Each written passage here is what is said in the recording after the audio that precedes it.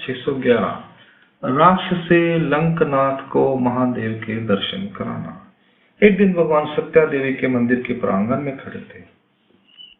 भले ग्राम के सारे महाजन सत्या देवी के मंदिर में पहुंचे। वहां उन्होंने भगवान को मंदिर के प्रांगण में देखा तो वे सभी भगवान के दर्शनार्थ उनके समीप आए। सबने भगवान के चरणों को स्पर्श कर उन्हें दंडवत प्रणाम किया। उनमें से राक्षसे रामदेव भगवान के पास खड़े थे। उन्होंने भगवान को दंडवत प्रणाम नहीं किया। तब भगवान ने उत्सुकतावश पूछा, ओ ब्राह्मण, इन सब ने हमें दंडवत प्रणाम किया है पर आपने नहीं किया, क्या बात है?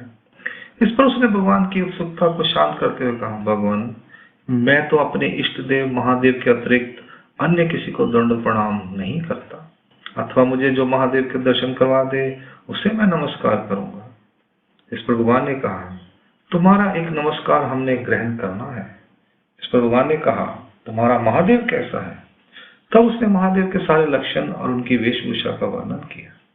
फिर भगवान ने अपने सम्मुख ऊपर की ओर देखते हुए राक्षसे रामदेव से कहा, यह लो, तुम्हारे सम्मुख तुम्हारे महादेव हैं, वे हमारी सेवा के लिए पधार रहे हैं। तब उसने अपनी आंखों से देखा कि आकाश मार्ग से वे वहां आ रहे हैं। उस पर भगवान ने कहा, वो ब्राह्मण, अच्छी तरह से पहचान लो कि वे तुम्हारे महादेव ही हैं। यदि हैं तो उन्हें दंडवत प्रणाम करो। तब उसने ध्यानपूर्वक देखा कि उसके सम्मुख साक्षात महादेव पधारे हैं।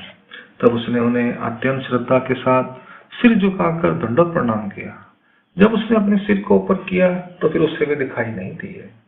तब उसने भगवान के चरणों पर श्रद्धा सहित दंडवत प्रणाम करते हुए कहा, भगवान, आप ही मेरे महादेव हैं। इस आश्चर्य को देखकर उसकी भगवान के प्रति अटूट श्रद्धा हो गई। इसके बाद वे अपने घर गए।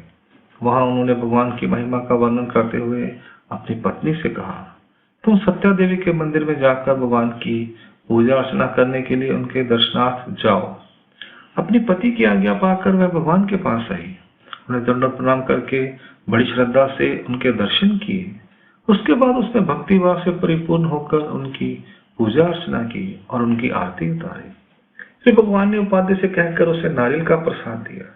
इस घटना के बाद वे प्रतिदिन भगवान के दर्शनार्थ नियम पूर्वक आने लगे और उनके चरणों को स्पर्श कर साष्टांग दंडवत प्रणाम करने लगे। एक दिन वे भगवान के सम्मुख विनम्र होकर बैठे थे।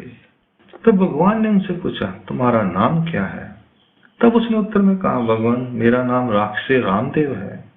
इस पर भगवान ने अपनी प्रसन्नता से उसे 3 नामों से पुकारा, दशानन, दशवदन और लंकनाथ। इनमें से राक्षसे लंकनाथ नाम से भगवान ने उन्हें संबोधित करने लगे। फिर वे बड़ी श्रद्धा से भगवान के दर्शनार्थ वहां आते और वहां बैठकर भगवान के मधुर वचनों को सुनते। लीला कहें तो भगवान ने राक्षसे लंकनाथ को अपनी विज्ञान शक्ति से साक्षात महादेव के दर्शन करवाए थे। फिर भगवान ने राक्षसे लंकनाथ को कहा कि वह उन्हें नमस्कार करे। अज्ञानता के कारण उसे ईश्वर पर भी महादेव के रूप में बुद्धि थी। उसे भगवान ने अपने संबंध, दर्शन और नमस्कार का सुखफल प्रदान किया था। जो व्यक्ति जिस भावना से भगवान की भक्ति करता है उसे भगवान उसी भावना के रूप में ही सुखफल प्रदान करते हैं। यह भगवान की विज्ञान लीला है। अंक लीला क्रमांक पूर्वा 611 यहाँ संपूर्ण होती है।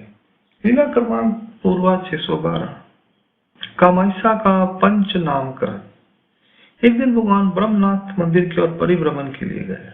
वहां मंदिर की चौकी पर आसनस्थ हुए। वहां रानाइसा की बहन कामाख्या बैठी हुई थी। उसके पति ने उसे छोड़ दिया था। मटके के समान उसका बड़ा सिर था, छोटे छोटे कान थे, नाक भी बहुत छोटी थी, सिर पर बाल भी थोड़े और छोटे थे, रूखे मैले दांत थे। उसने कानों में काली बालियां पहनी हुई थी। वह कामाख्या रानाइसा के साथ भगवान के दर्शनार्थ आई। उन दोनों ने पास आकर भगवान के श्री चरणों को स्पर्श कर उन्हें दंडवत प्रणाम किया और फिर वे दोनों उनके सम्मुख बैठ गए। फिर भगवान ने रानाइसा से पूछा कि इस माता का नाम क्या है? तब रानाइसा ने कहा, भगवान, इसका नाम कामाख्या है। फिर भगवान ने उनसे पूछा, माता, तुम्हारा नाम क्या है? इस पर उसने कहा, भगवान, मुझे कावू कावू कहकर बुलाते हैं सब। फिर भगवान ने बड़ी मधुर और सौम्य वाणी में कहा, हम तुम्हें अपनी ओर से 5 नामों से पुकारते हैं, काई, कावूसेना, कामाख्या, काविनी और काविनी देवी का खिलौना।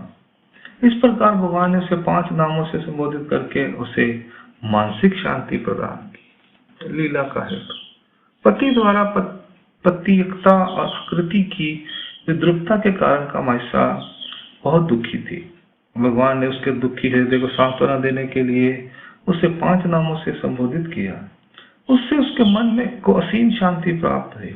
इसके अतिरिक्त उसे भगवान ने अपने दर्शन का, संबंध का और दंडों प्रणाम करने का सुखफल प्रदान किया।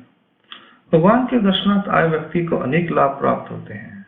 उसके मन में श्रद्धा भाव होना परम आवश्यक है। अंक लीला क्रमांक पूर्वाध 612 यहाँ संपूर्ण होती है। दंडोत प्रणाम। जय श्री चक्रवर्ती।